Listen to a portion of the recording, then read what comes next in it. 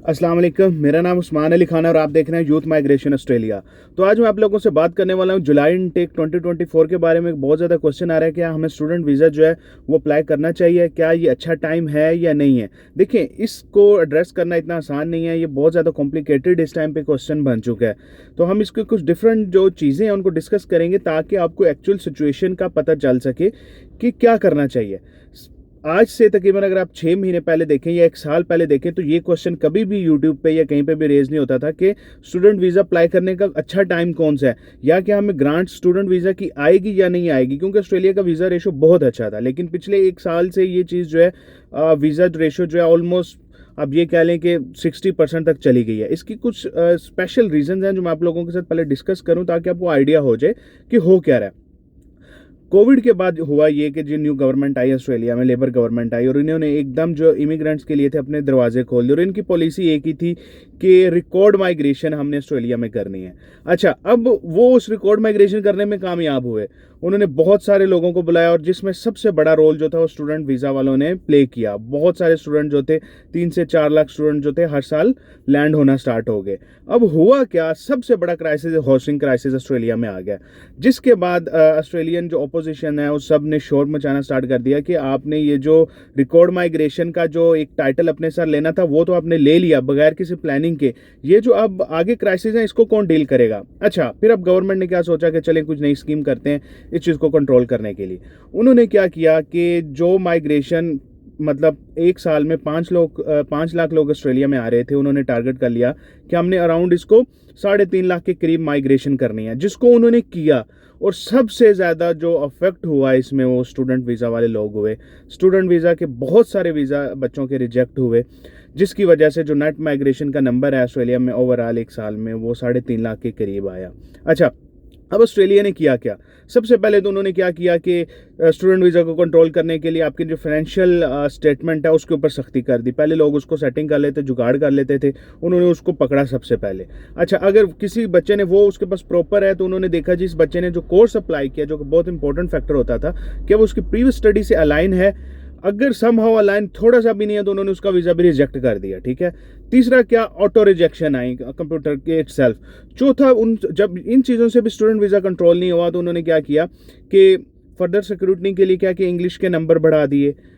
इसके अलावा अगर देखा जाए तो उन्होंने क्या किया कि अच्छा, फिर यूनिवर्सिटी रैंकिंग के ऊपर आ गए कि पहले ये लोग कॉलेजेस में भी एडमिशन दे रहे थे और अब इन्होंने क्या किया कि जी यूनिवर्सिटी लेवल जो अच्छी होगी उसको कुछ ज़्यादा बेहतर चांसेस है वीज़ा देने के, तो इन्होंने ये भी स्टार्ट कर दिया।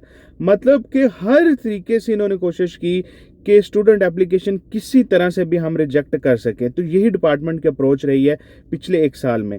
और सबसे बढ़कर जो बच्चों के लिए एग्जॉस्टिंग चीज़ है वो ये है कि 6-6 महीने से स्टूडेंट वीज़ा अप्लाई किया हुआ, उनको वीज़ा नहीं मिला, और जब वीज़ा 6 महीने के बाद डिसीजन आ रहा है तो वो भी रिजेक्ट हो रहा है। तो आप इमेजिन कर सकते हैं कि एक बच्चा जो 6 महीने से अपना सारा टाइम, पैसा, एनर्जी उसने इन्वेस्ट की है और एंड पे उसे रिजेक्शन मिले तो उसके लिए ये कैसी चीज़ होगी।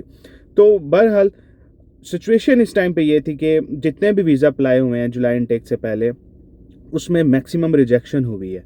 किसी ना किसी रीजंस की वजह से वो रिजेक्शन होती रही। अगर एक बच्चे का सब कुछ ही ठीक है तो उन्होंने क्या देखा, जिस कंट्री से वो बच्चा आ रहा है वहाँ के फाइनेंशियल जो हालात हैं वो कैसे हैं, इस बेस के ऊपर भी लोगों के वीज़ा रिजेक्ट हुए हैं।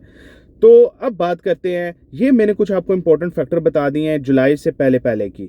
अच्छा, अब बात करते हैं कि जुलाई के बाद क्या होने वाला है। ये इंपॉर्टेंट क्वेश्चन है। देखें, अभी तक गवर्नमेंट की तरफ से कोई इस तरह की पॉजिटिव न्यूज़ नहीं आई कि वो अपनी नेट माइग्रेशन जो ऑस्ट्रेलिया की वो बढ़ाना चाह रहे हैं। अगर इस तरह की न्यूज़ किसी भी प्लेटफॉर्म पे आए कि नेट माइग्रेशन जो ऑस्ट्रेलिया बढ़ाना चाह रहा है तो ये बहुत अच्छा टाइम ऑस्ट्रेलियन वीज़ा अप्लाई करने के लिए। लेकिन मैं आप लोगों को वीडियो में डिसअपॉइंट नहीं करना चाह रहा कि लोग बोलें कि आप हमें डिसअपॉइंट कर रहे हैं।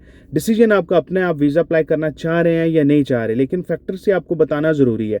इस टाइम पे कहीं भी ऐसे स्टेटमेंट नहीं आई कि नेट माइग्रेशन जो ऑस्ट्रेलिया उसको बढ़ाना चाह रहा है। इवन ऑन शोर स्टूडेंट्स भी ऑस्ट्रेलिया के लिए एक बहुत बड़ा मसला बने हुए हैं कि वो चाह रहे हैं कि अगर उनमें से भी कुछ छांटी हो सकती है तो उन्हें भी निकाल के अपने कंट्री में भेजें। जैसे अब बच्चे फॉर एग्जांपल वो सब क्लास 500 पे हैं, जब वो 485 अप्लाई कर रहे हैं तो उसके ऊपर भी डिफरेंट किस्म के पैरामीटर लग रहे हैं, चेक एंड बैलेंस लग रहा है। तो इस टाइम पे जो सिचुएशन है ऑस्ट्रेलिया में, वो नेट माइग्रेशन को कम करने के चक्कर में स्टूडेंट को सबसे ज़्यादा अफेक्ट किया जा रहा है। जुलाई के बाद अगर देखें, अगर यही सिचुएशन रही कि जिन बच्चों ने जुलाई इनटेक में वीज़ा अप्लाई करना है, अब जुलाई आने में 2 महीने रह गए हैं। ऑस्ट्रेलिया में होता क्या था, पहले 1-1.5 महीने में वीज़ा आ जाता, मैक्सिमम 1 महीने में आ जाता था। अब अगर आप जुलाई इनटेक के लिए आना चाह रहे हैं और आपने अभी तक प्रोसीजर स्टार्ट नहीं किया, तो मेरे ख्याल में आप जुलाई इनटेक में लैंड नहीं कर सकते। हाँ, अगर आप अपने ज़हन में एक सोच रखें कि जी जो दिसंबर का इनटेक आ रहा है या जनवरी का इनटेक आ रहा है, आप उसके लिए एफर्ट्स करें, प्लस शायद हालात उस टाइम के लिए कुछ थोड़े से बेहतर हो जाएं, तो आपको ऑस्ट्रेलिया का स्टडी वीज़ा अप्लाई करना चाहिए। अदरवाइज़ आई रिकमेंड यू कि अगर तो आपके पास बहुत पैसे हैं, टाइम का भी कोई इशू नहीं है, अगर इस सारे प्रोसीजर में 2-3 लाख अगर आपका वेस्ट हो जाता है, आपको फ़र्क नहीं पड़ता और आप रिस्क लेने वाले बंदे हैं, तो आप ज़रूर वीज़ा अप्लाई करें, क्योंकि रिस्क लेने से ही बाज़ दफ़ा आपको कामयाबी मिलती है। इस वीडियो का हरकज़ मकसद ये नहीं है कि आप स्टूडेंट वीज़ा अप्लाई ना करें, लेकिन इस वीडियो का मकसद ज़रूर ये है कि जब आप वीज़ा अप्लाई करें तो प्रॉपर सोच समझ के करें, वाइजली अप्लाई करें। और अगर जुलाई इनटेक के बाद अप्लाई करना चाह रहे हैं, तो अगर चीज़ें बेहतर होती हैं, नेट माइग्रेशन का वो बढ़ाना का ऑस्ट्रेलिया इंटरेस्टेड है, तो आप ज़रूर ऑस्ट्रेलियन स्टडी वीज़ा अप्लाई करें, क्योंकि सबसे ज़्यादा अगर वीज़ा ग्रांट्स होंगे तो फिर स्टूडेंट्स को ही होंगे, क्योंकि स्टूडेंट जो है वो विद इन डेज़ में अपना एडमिशन करवा लेते हैं, अपनी फ़ीस पे कर देते हैं और ऑस्ट्रेलिया में लैंड कर लेते हैं, और आके वो ना सिर्फ स्टडी करते हैं बल्कि ऑस्ट्रेलियन इकॉनमी को डिलीवर करते हैं बाय डिफरेंट सोर्सेज, कभी डिफरेंट किस्म की और जॉब करके, या जो कुछ भी वो कर सकते हैं वो ऑस्ट्रेलिया को इन द एंड डिलीवर करते हैं। तो अगर आपको ये मेरी वीडियो इन्फॉर्मेटिव लगे, do subscribe my channel, share my video with your friends so that people can get the right information. Stay tune with me. अल्लाह हाफिज़।